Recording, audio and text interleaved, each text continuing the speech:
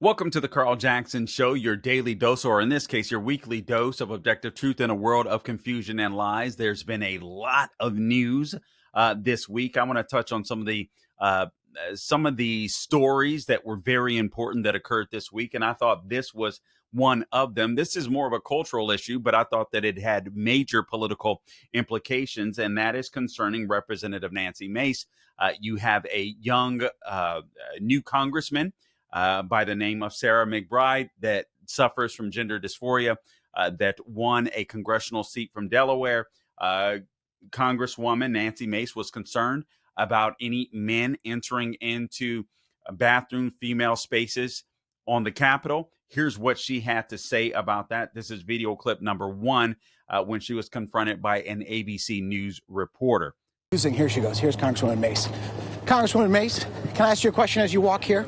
So the question is, with your piece of legislation about banning women from using... 100% yes. My question to you is... And it doesn't go far enough. I'll be filing more bills. You have said that it was created in response to Congresswoman-elect McBride. 100%. And but should legislation be created targeted at one specific person? It doesn't mention anyone in the legislation, but you've said it was aimed at her.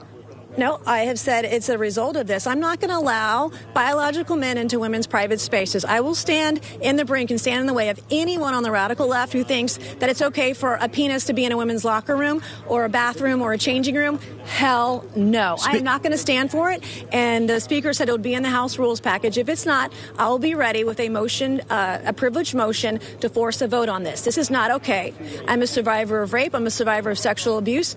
And I'm not going to allow any man in any female private spaces. Now, Speaker, end of story. And by the way, I'm getting death threats from men pretending to be women. Why is it that these crazy people, the insanity, the radical left, are willing to kill women over a man's right to be in a women's restroom? Speaker Johnson has said he wants to treat every new member with the words dignity and respect. Forcing this congressperson to go into a male restroom, is that dignity and respect? Forcing women to share private spaces with men is not dignity and not respect. And I'm absolutely going to stand in the way of anyone who thinks it's okay for a man to be in our locker room, in our changing rooms, in our dressing rooms, in women's bathrooms. And in fact, if you agree with that, you're crazy, because that's not okay. It's not okay. Congresswoman, Thank you, Congresswoman. We're going to peel away from this conversation, Kira. So a little bit of the context of what we were just talking about, and I'm going to have my cameraman step out. Okay, we'll cut it there. I thought that Representative Nancy Mace scored a major victory, in my opinion, this week with this issue. Carl, there's so many bigger issues. You've got Russia, Ukraine. You've got Senator Chuck Schumer trying to install as many left-wing judges as he can on the federal bench in this lame duck session. I believe that all of these issues aren't separate issues. I believe that they all exist together. Basically, and here's what I mean by that. Let me try to tie it together. The Republican Party, in my opinion, there should have been over 200 congresswomen behind Nancy Mace. Now, obviously, that was kind of a gotcha moment. ABC reporter chasing after Nancy Mace, trying to, doing his job in all honesty. But I would love to have seen a bunch of Republican men standing behind Representative Nancy Mace and saying that this isn't going to be tolerated. Guys, Donald Trump won by, in my opinion, an electoral college landslide. And I think he did even better in the popular vote than we might realize. I'll get to that later because we're going to be speaking about election integrity, and we'll have a guest on later, Jessica Vaughn, the Director of Policy Studies at the Center for Immigration Studies, because my two big issues today will be election integrity and the borders. But I believe this ties in because Republicans have to understand, quite frankly, what time it is. All right. This is very important. You have to understand what time it is. If Republicans can't fight a fight as simple as this, then are they up for the job? You have President Trump with the Doge Commission. You have President Trump appointing all of these nominees that obviously the left is going to do their best to torpedo. Are Republicans up for the fight? Do they understand the fight that we're about to embark on as conservatives? And I believe Nancy Mace obviously does. So this goes beyond just a cultural issue. I'm sorry. We do not bow down to people that are confused. We are a party of common sense. We're going to protect our women, and we are the party of science. The left is not. Good news is Speaker Mike Johnson has come out and made it emphatically clear, because he wasn't at first, at least not in my opinion, or at least not strong enough, that there will not be, men will have to go to men's restrooms. Women will have to use women's restrooms. These congressmen and women have their own restrooms inside of their buildings, and there's plenty of unisex restrooms within the Capitol, so that won't be an issue. But at first, he didn't come out strong enough. That was really disconcerting for me, because we have lots of fights going forward. Now, speaking of fights, let me play for you this video clip. This is Sonny Hostin. Now, regardless of how you feel about Matt Gaetz, the Senate gets to advise and consent. And I know the rumors that are floating out there, they don't sound great. There's no doubt about it. But President Trump is the president-elect, and he gets to decide the people that are going to serve in his cabinet.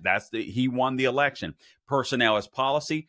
For better or for worse, President Trump is picking the people that he believes will fulfill his objectives, hence Matt Gaetz.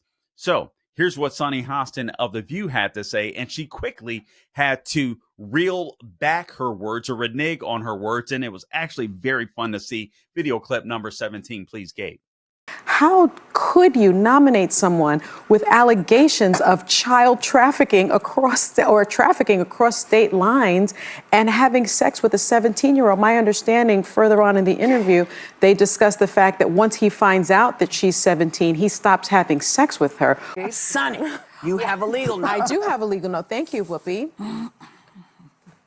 Matt Gaetz has long denied all allegations, calling the claims, quote, invented, and saying in a statement to ABC News that this false smear following a 3-year criminal investigation should be viewed with great skepticism. That DOJ investigation was closed with no charges being brought. We'll be right back. Okay. Now, obviously, Whoopi Goldberg herself got in a little trouble last week when she called out a private bakery and basically called them out and said that they didn't serve her or didn't make the cupcakes she wanted them to make for her, when it turns out that their boiler was down at the time, and there was a bunch of hoopla over that. I think The View is rightfully trying to cover their butts. Now, a couple more video clips that I want to play for you shortly here, because I want to get into election integrity. Now, I want to share with you, or want you to understand that when it comes to illegal immigration and when it comes to election integrity, they are intertwined. So I will get into that shortly. I do want to say also, before I get into that, thank God Laken Riley's murderer was found guilty.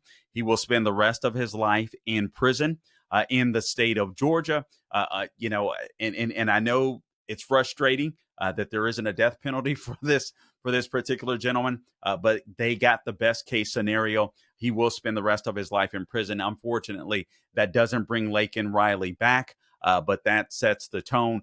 We're not going to tolerate illegals coming into this country, obviously, and murdering our citizens, and just a gruesome murder.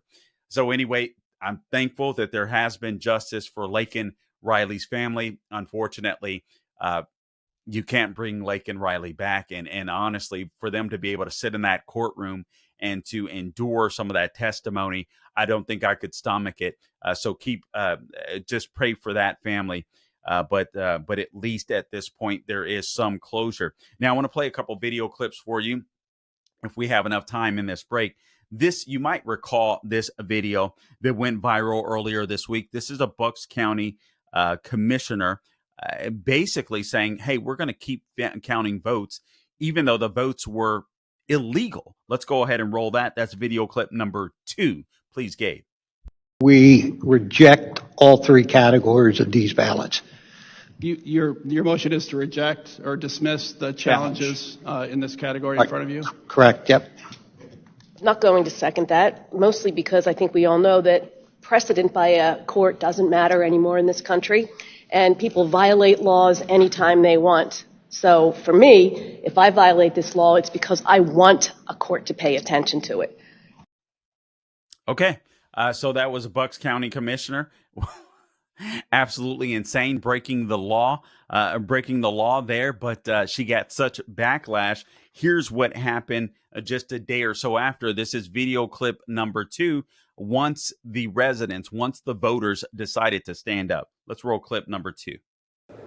We all say things that are out of turn. We all make mistakes. I made a mistake. And because I am an elected official, I am held to a far higher standard than everybody else. Well, look, she didn't just make a mistake. She broke the law. Somebody got to prosecute what she did. She broke the law. They had to go in and arrest her for breaking the law. This lawlessness right in front of the American people is what causes so much concern. Literally, the Democrats trying to steal an election. Okay, this is an elected official claiming that she's going to violate the law, to break the law. And honestly, she should be jailed for it. Her apology, in my opinion, does not suffice. When we get back, we'll talk about election integrity and why Trump's mandate might be even bigger than we suspect. Hey, Carl Jackson here for My Pillow. The story of My Pillow is a testament of faith and transformation. Mike Lindell, once battling addiction, found a new path when he embraced faith and began following Jesus. In gratitude, Mike is excited to share an exclusive offer with our listeners. Right now, the standard My Pillow is available for $14.88, a savings that's too good to pass up, especially as we head into Christmas season. There's a limit, however, of 10 per customer, so don't wait to take advantage of this amazing deal right now using the promo code CARL, C-A-R-L. Mike believes God gave him the idea for My Pillow in a dream, and it's designed with your comfort in mind. The pillow holds its shape and adapts perfectly to your unique sleep position, helping keep your neck aligned for the best night's sleep. And there's more. Take home a 4-piece kitchen set for only $25. Enjoy the new mattress topper starting at just $99.99, or pick up the luxurious My Pillow bed sheets starting at $49.98. Visit mypillow.com or give them a call at 800-858-0263 and use promo code CARL to unlock huge discounts. Don't miss out. Order today.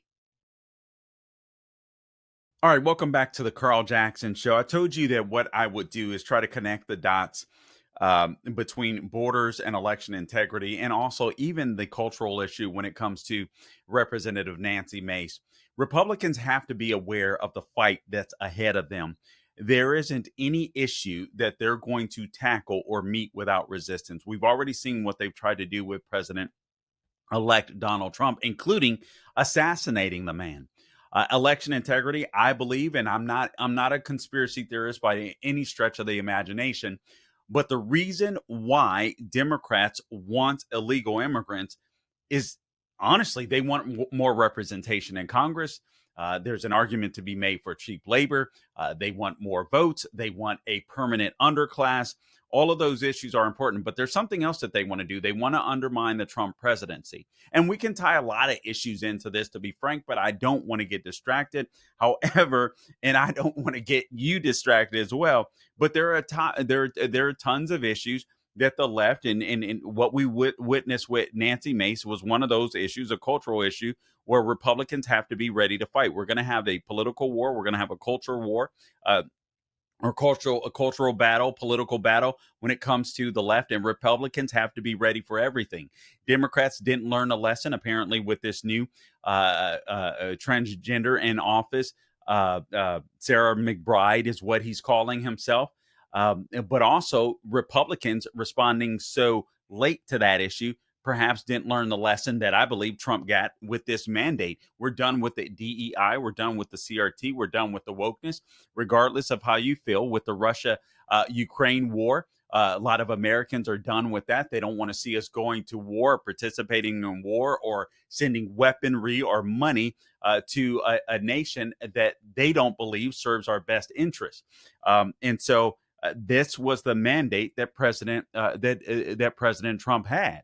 And I got to tell you just quickly, I believe that what the Biden administration is trying to do is undermine the incoming president. Obviously, Senator Chuck Schumer is trying to do that by stacking these federal benches before Donald Trump can get into office. I was a little frustrated that you had senators watching this SpaceX launch, as brilliant as that was with Elon Musk earlier this week, instead of being in the Senate to take votes to make sure that Democrats aren't stacking the benches with more left-wing judges. When you consider what's happening, in the Russia-Ukraine war, Russia is not doing. I'm sorry. Neither side is doing great, but Ukraine is losing that war. You have a headline from Breitbart. South Korea says North Korean mercenaries integrated with Russian units. Ukraine fires British Storm Shadow long-range missiles on Russia for the first time, according to a report. And of course, you had the U.S. Allowing Zelensky to use what are called ATACMs in order to destroy some weaponry facilities inside of Russia. Now, all of this stuff we should be doing on the DL if we were participating, but why are they doing in this Russia-Ukraine war? Regardless of how you feel about it at this point in time, we're there. This is stuff that if Biden was going to participate in this Russia-Ukraine war, he should have done from the onset. So why do it now? I believe the issue is, or what the left wants to do, is to make sure that Trump is bogged down in some type of war footing instead of focusing on the border and instead of focusing on the economy when he gets into office. I really believe that these people are so desperate and so mean and vindictive they will do that because I don't think they really care about lives that are lost. This brings me to election integrity. Obviously, elections matter. We can't get anything done if we don't have safe and secure elections. I believe that Donald Trump has won a mandate on the Russia-Ukraine war. I believe that Donald Trump has won a mandate when it comes to this DEI, CRT, and all of this wokeness, getting it out of our institutions, our out of academia, out of our military, out of the DOD. I believe that he's won that mandate with the election. But the left is trying to undermine, despite the fact that he won overwhelmingly, they're trying to undermine the election. So election integrity has to be a part of Trump's mission to make sure that we have secure elections by the time that he gets out of office. There was a column from AMAC entitled Donald Trump has a mandate to implement nationwide election integrity laws. I don't believe that states like California have the right to slow down a federal election. To this day, they're still counting ballots. They're still counting ballots. This makes no sense. It's been over 2 weeks and California isn't done yet, but there's something to that. And I want to get into it. But Trump is the first Republican to win the popular vote and the Electoral College in 20 years. So he can have an impact on our politics for decades to come. And this is exactly what the left is concerned about. So America restoration and a new golden age is at hand with Trump entering into the White House. And this is exactly what Democrats don't want to see. They want to accept the status quo. And we shouldn't. Let me take that back. We shouldn't accept that an election has to be too big to rig in order for it to be decided. Every American deserves to know that our elections are safe, secure, and fair, that there's no cheating going on. And it's really easy to do.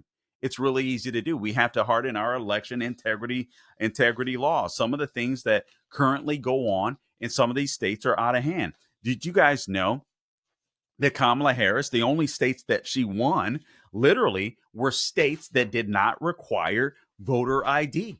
Now, isn't that a coincidence? You have these long early voting periods. Those have to go by the wayside. I don't believe in a national election day or a national election day or holiday, if you will. If you can't get your butt out and vote, then perhaps you don't deserve to vote, or you don't appreciate freedom enough. This mass absentee ballots that are being mailed in 2005, Jimmy Carter and James Baker were on the Commission on Federal Election Reforms, and they concluded that absentee ballots, they invited fraud, and indeed they do. No voter ID. I mean, this is absolutely crazy. If Kamala Harris would have won, then it would have been her goal to basically outlaw, in my opinion, a national, voter ID in virtually every state, ensuring that Democrats would win elections in perpetuity.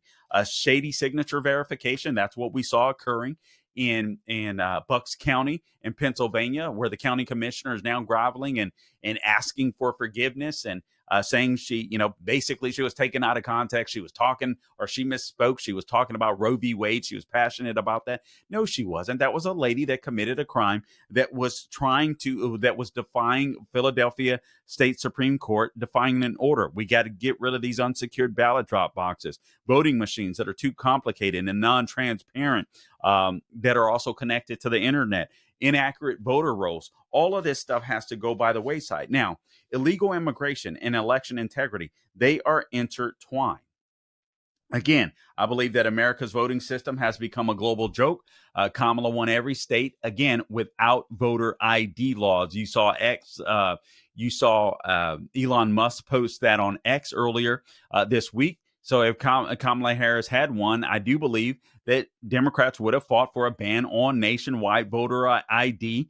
And let me give you an example of where this is an issue. In a state like California, for example, which has at least 3 million unlawful counts, has at least 3 million unlawful aliens domiciled within its borders, that adds at least 3 million additional residents to its overall population.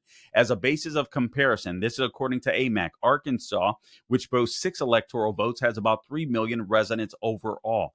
Therefore, 3 million illegal aliens equate to roughly 6 extra electoral votes for a state like California. So a lot of these census, or the Census Bureau is actually undercounting red states when it comes to our population. I live in the state of Florida. They're overcounting some of these blue states.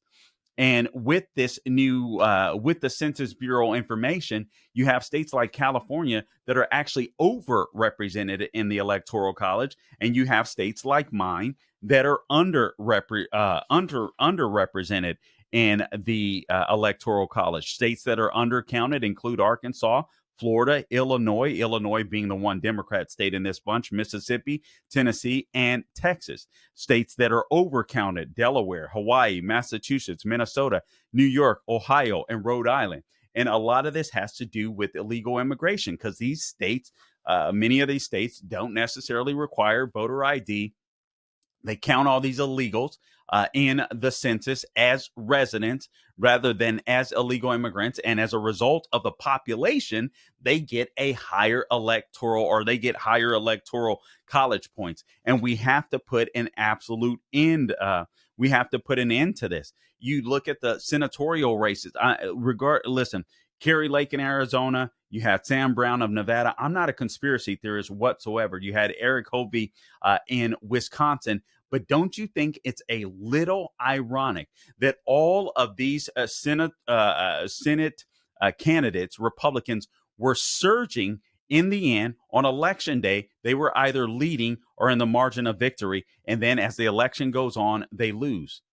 I suspect that may have something to do with illegal immigration. We've got to get election integrity under control. Trump has a mandate. Republicans have a mandate. The question is, do they have the backbone to fulfill Trump's mission? Let's hope so.